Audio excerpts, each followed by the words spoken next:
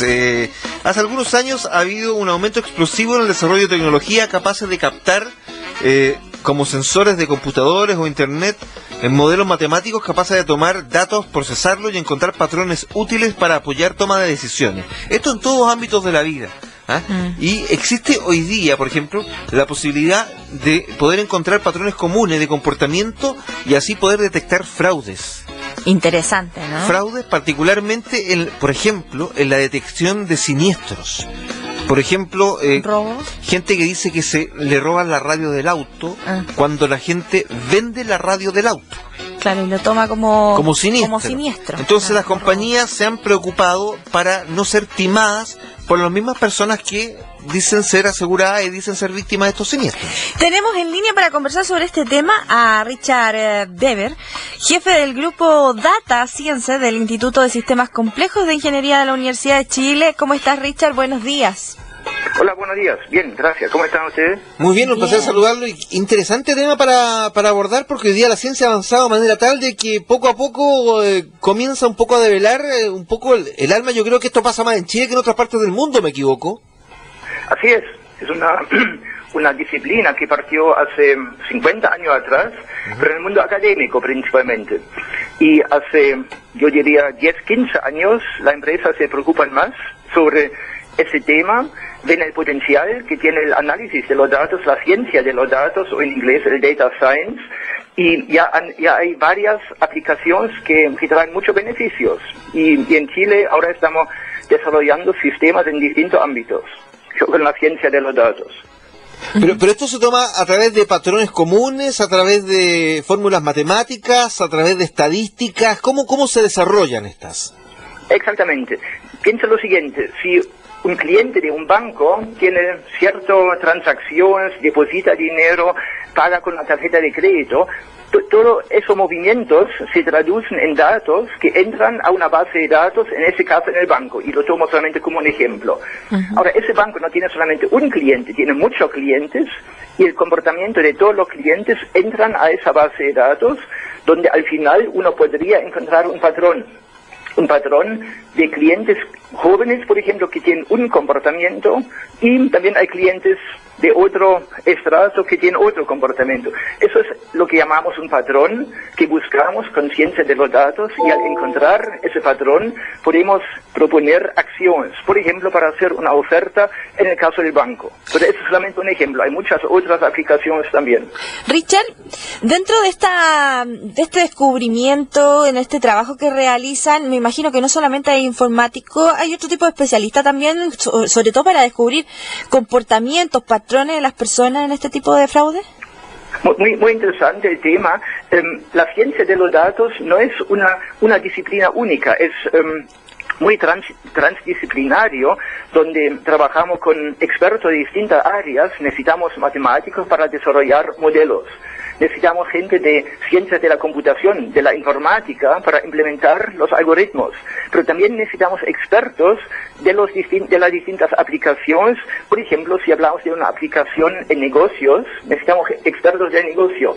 Pero también hay aplicaciones en medicina, donde trabajamos junto con médicos.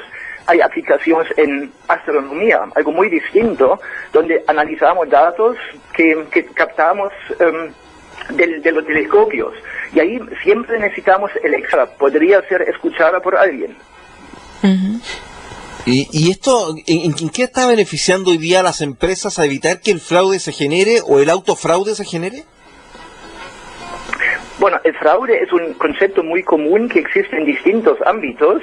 Por ejemplo, en la banca, fraude en el uso de tarjetas de crédito, pero también en otros ámbitos, en telecomunicación, ¿ya? Ahí uno puede usar, por ejemplo, celulares robados, hablar por el celular sin pagarlo. Entonces, el fraude es un concepto muy común que típicamente aparece en los servicios, como por ejemplo la banca, telecomunicación. También hay fraude en ISAPRES, ¿ya? Donde uno usa un servicio sin pagarlo. Y eso es algo que, según el caso, puede ser muy, muy caro para las empresas, para el proveedor, y ahí podemos ayudarle con la ciencia de los datos al encontrar el patrón de fraude y dar una alerta temprana. ¿Cómo se, Richard, en este caso, cómo el empresario, a lo mejor que nos está escuchando, puede determinar que está frente a una sospecha de fraude? ¿Cuáles son los pasos que él debería también llevar?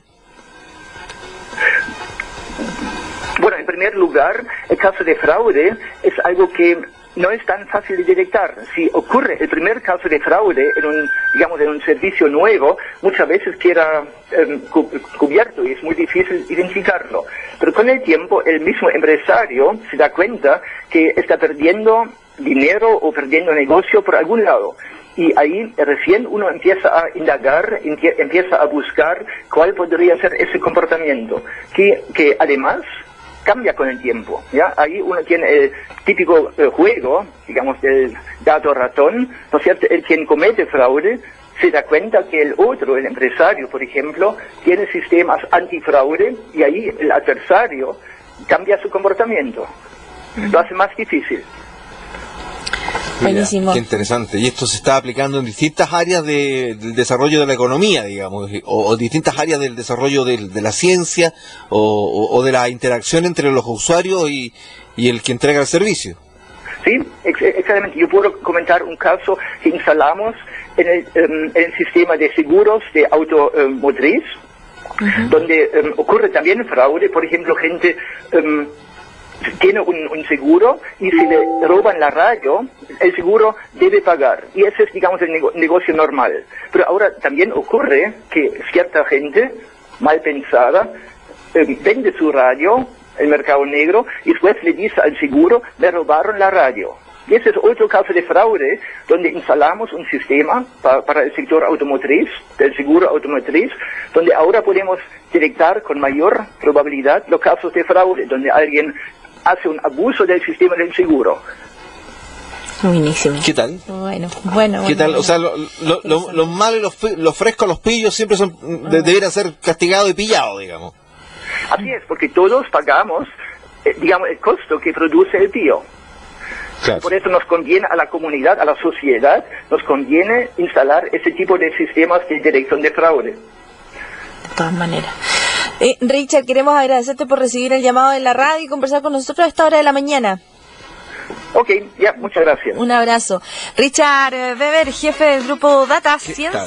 Interesante tema con respecto al uso, al avance también que ha tenido la tecnología y cómo detectar fraude con ciencia de los datos. Lo escuchó en el Expreso Bio Bio.